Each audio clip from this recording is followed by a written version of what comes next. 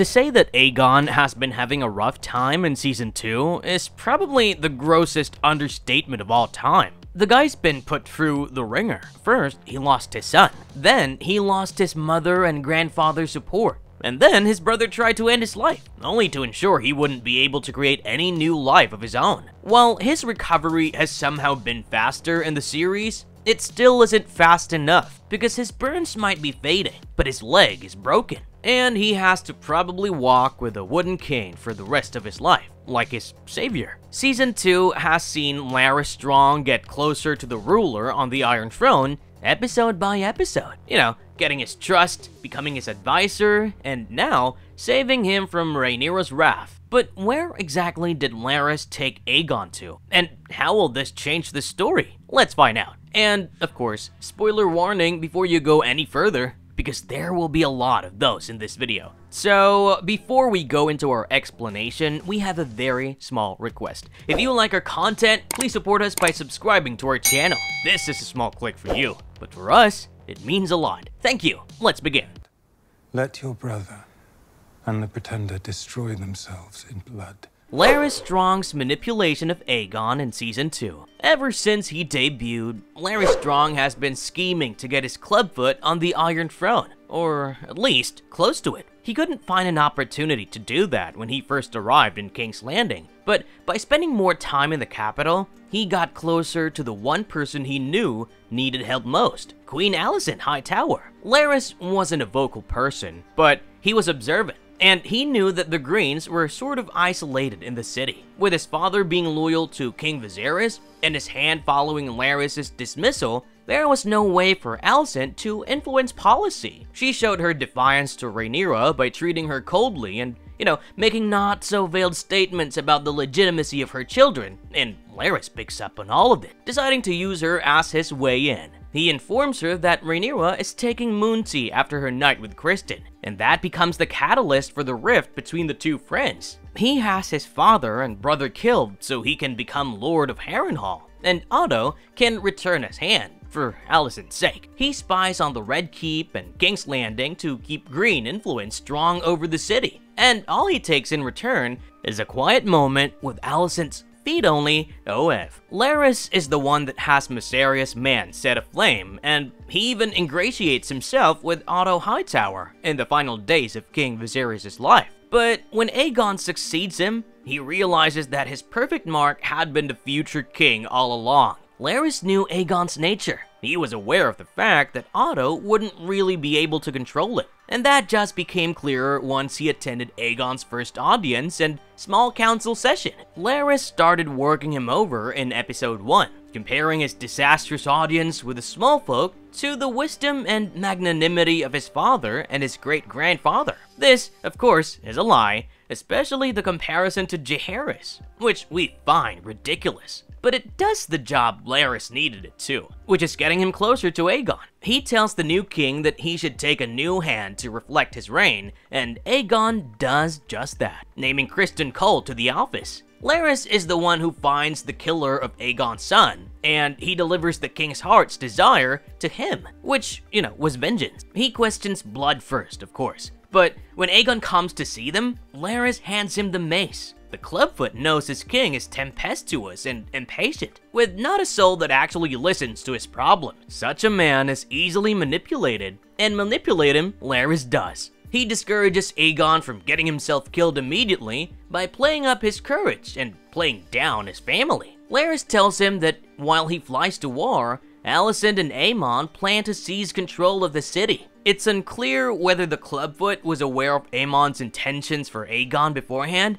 but it's unlikely he knew what will happen at Rook's Rest. This is because in the show, the king made a drunken decision to join his hand, whereas in the books, his presence was more part of the plan. Larys must have had a hunch that something was going on when Alicent started icing him out, and this time, fortune favored the unworthy. Aemon tried to kill Aegon at Rook's Rest, and Larys knows it. Probably because he got spies in the Hightower army as well. He tries to gain the Prince Regent's favor for a time, agreeing with all his plans and being honored when Aemon names him Hand. But it becomes clear to him that, this brother is not the other, because where he could justify and get away with the loss of Harrenhal with Aegon, he couldn't do that with Aemon. The Prince Regent doesn't name Larys' hand. He asks him to fetch his hand for him, that being Otto Hightower. The Clubfoot knows that if Otto returns, all his good work will be undone. So he hastens up the healing process of his king,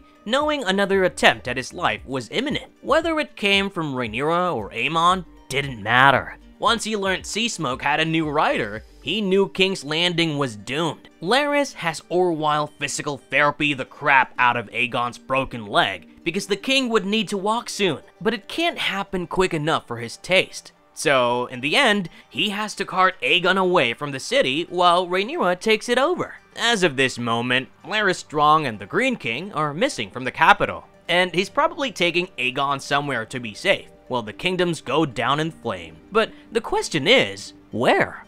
Where did Larys Strong take Aegon? This might not come as a surprise to you, but Targaryen royalty disappearing for their safety is a very common theme throughout the history of the dynasty. So during the reign of Maegor the Cruel, his nephew's wife, Rhaena, disguised her daughters Arya and Rhaella and sent them away to places even she knew nothing of, for their safety. They ended up getting discovered eventually, but, it's said that nothing could hide from Maegor's mistress of whisperers, Tiana of the Tower. During that same reign, Rhaena's younger siblings, Jaehaerys and Elisane, escaped their imprisonment at Dragonstone along with their mother, and fly to Storm's End to live under the protection of Rhaegar Baratheon. Many centuries later, during the reign of King Aerys I, his son Prince Maekar sends his son Aegon with a hedge knight called Sir Duncan the Tall, under the disguise of a squire called Egg, so he may learn the ways of the world. The tales of Dunk and Egg are about to come to life with the Knight of the Seven Kingdoms series, but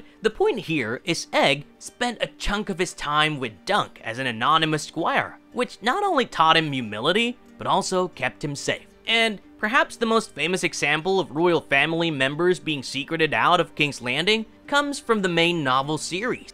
When Tyrion Lannister has Myrcella and Tommen removed from the capital for their safety. While he arranges a marriage pact for the former, he disguises the latter as a stable hand and sends him to Castle Rosby, with the arrival of Stannis Baratheon's fleet imminent. Once the Battle of King's Landing is won, Tommen is safely recovered, and most of Tyrion's plans to keep the succession secure work out marvelously. Now that we've established that royalty secretly poses as commoners is far more common than you'd think, let's talk about where Larys could have taken that royalty, Aegon. So, in the immediate vicinity of King's Landing, there's Castle Rosby and Castle Stokeworth, both of which have switched allegiances to the Greens. A bit further out is Duskendale, which also did the same thing, only Criston Cole executed their lord to make them bend the knee, so we aren't sure how welcoming they would be to Aegon. We know from the main series that Rosby is somewhere royal princes have been hidden before, but the political climate in House of the Dragon is very different from the political climate of A Clash of Kings. When Tommen is sent to Rosby, House Rosby is sickeningly close to the Iron Throne.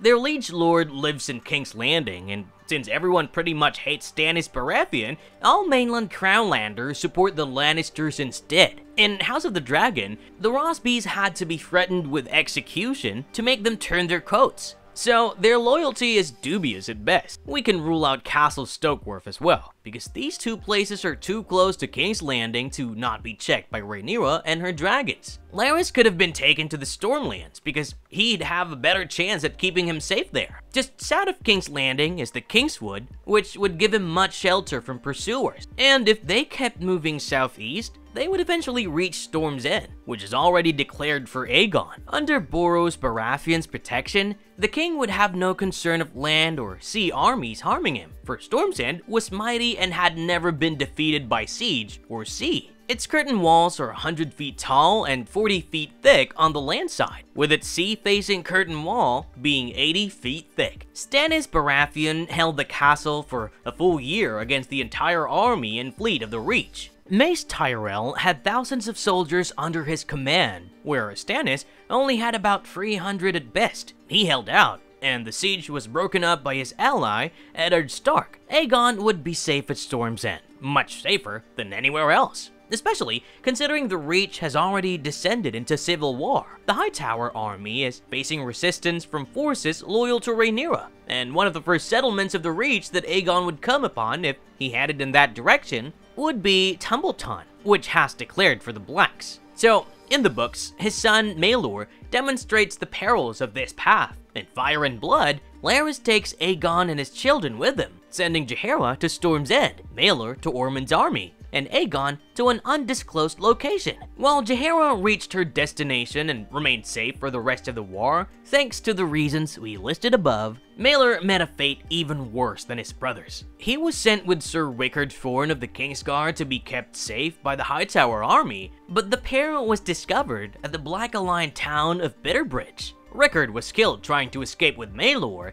and accounts of the prince's death vary, but each one is worse than the last. One says a washerwoman crushed his head, trying to wrench her away from a stable boy, calling Maelor her new son. Some say that he was cut into 6 pieces by a butcher, and that all claimants might have a part of him. Some say that the mob, bloodlusted by Maelor and his dragon egg, stomped him to death. Whichever account is true, Lady Caswell ended up sending the boy's head and the Kingsguard's body to Rhaenyra, and his egg to the Hightower army, in hopes of appeasing both sides and saving her own, and that she failed terribly, and her seat was burnt and sacked. Maelor has been removed from the series, and considering Rhaenyra's recent conversation with Alicent, we don't think she would hurt her, Helaena, or Jaehaera. But this should tell you why going to the Reach is a bad idea for Aegon. He's far easier to recognize for starters, and, it will be much more difficult for him to escape there, considering how he is. Heading west might work, but Aemond is at Harrenhal, and Jason Lannister's army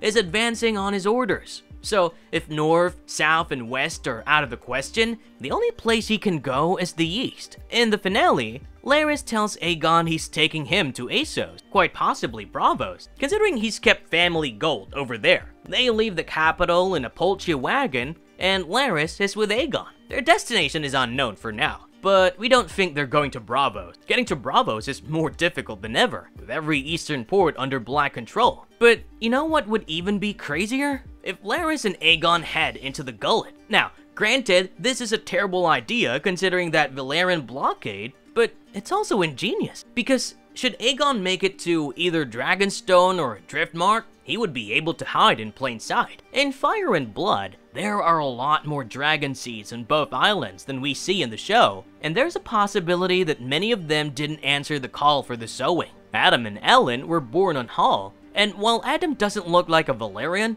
Ellen does, and he hides it. With the Battle of the Gullet, Valyrian control over the blockade is severely weakened, and that makes sending the King east that much easier. Plus, House of the Dragon basically treats security measures like they're non-existent, considering how many times Rhaenyra and Alicent have met each other, despite being at war with one another. So, it wouldn't be too much of a stretch to think that whatever agents Larys enlists will be able to not only get Aegon among the dragon seeds, but also hide him there as well. In Fire and Blood, that responsibility fell to one of his household knights, Sir Marston Waters, a common household knight in Aegon's service. Larys enlisted him because he had kin on Driftmark, and because he'd be the least conspicuous, being a bastard knight and all, So in the show, we haven't seen a Marston Waters yet, but we have seen Sir Eddard Waters, a member of Aegon's Lickspittle Kingsguard. Eddard, or Red Ned, as he's called, was being sent to the Wall by Aemon for starting the riot that nearly got Alicent and Helaena killed. Well,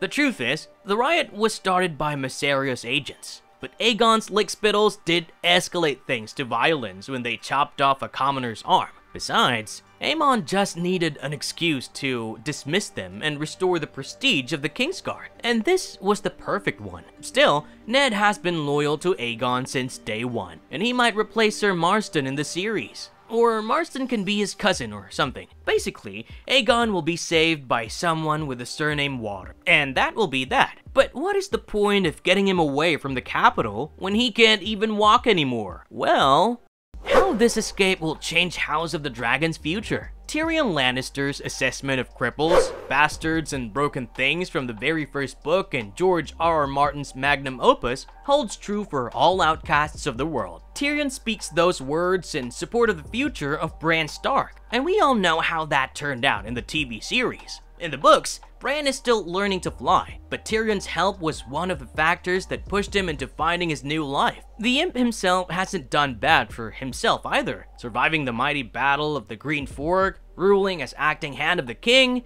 besting one of the best military commanders in Westeros during the Battle of the Blackwater Bay. Aegon II is the only Targaryen monarch to become an invalid and still survive, so if he makes it to Driftmark, or better yet, Dragonstone, he'll be able to pay Rhaenyra back with her own coin. Deception and betrayal has been a major theme in House of the Dragon, and will continue to be. Alicent betrayed her sons to Rhaenyra when she offered her King's Landing and a bloodless conquest. Otto betrayed his daughter when he offered her up as a political honeycomb to King Viserys. Rhaenyra betrayed many people when she took Cole and then Harwin Strong into her bed, and Daemon, ironically enough, is the only one to redeem his attempts at the same. But where Rhaenyra's closest allies will stay by her side no matter what, we can't say the same for her original council member. When the Blacks convened in Season 1, Episode 10, they only had their closest allies on Dragonstone. These included the Valyrians, the Celtigars, the Stauntons, and the Massies. All of their territories were in the immediate vicinity of Dragonstone, so Rhaenyra decided to rely on them first. Her council was also filled by her Lord Commander of the Queensguard, her Grand Maester Gerardus, the senior-most knight in Dragonstone's garrison, Sir Alfred Brew. While Gerardus and the Lord Commander are bound to her by oath, and her family members as well as her hand are bound to her by blood, the rest of her council is only serving her to the context that their honor remains intact, and we don't really know how long they will hold out for her in light of her previous inaction. She has already made enemies of 2 of her counselors. Alfred Broom hates her for belittling him in council, not heeding his advice, and in the books,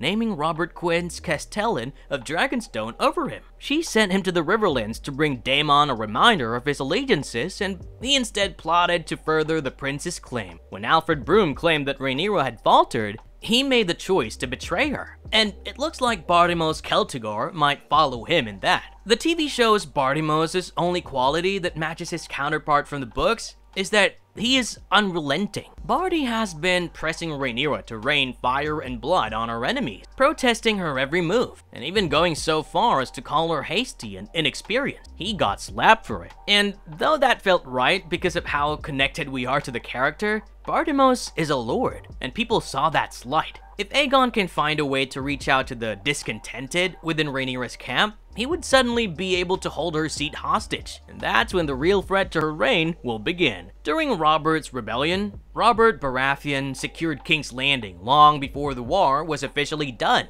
He had killed Rhaegar himself. Jaime took care of Aerys for him, and Tywin took care of Rhaegar's heirs. The only people they couldn't reach were the pregnant Queen Rhaella and her son, Viserys, both of whom were at Dragonstone. The Queen was able to remain on the island long enough to deliver Daenerys and for Dany and Viserys to escape. Yet still, Robert had Stannis secure the island with his new royal fleet. Dragonstone had traditionally been the seat of the heir to the Iron Throne, and as long as any of Aerys' family members were alive, his claim would always be contested. The same would be the case during the dance as well. And so now, you get why Dragonstone can become an important bargaining chip. It remains to be seen what the course the show takes, considering all the massive changes they've already made to the storyline. But we're looking forward to finding out. Rhaenyra has already made her intentions regarding Aegon's head pretty clear, and it's always a joy to see these stealth missions play out, especially when they involve Larys Strong. Marvelous verdict. And that's it for this one. We think Larys Strong will be sending Aegon eastward, but we just spent 10 minutes explaining why we think that. We want to know what you guys think, so let us know in the comments below. Don't forget to like, share, and subscribe for more marvelous videos. And don't forget, history is written in fire and blood.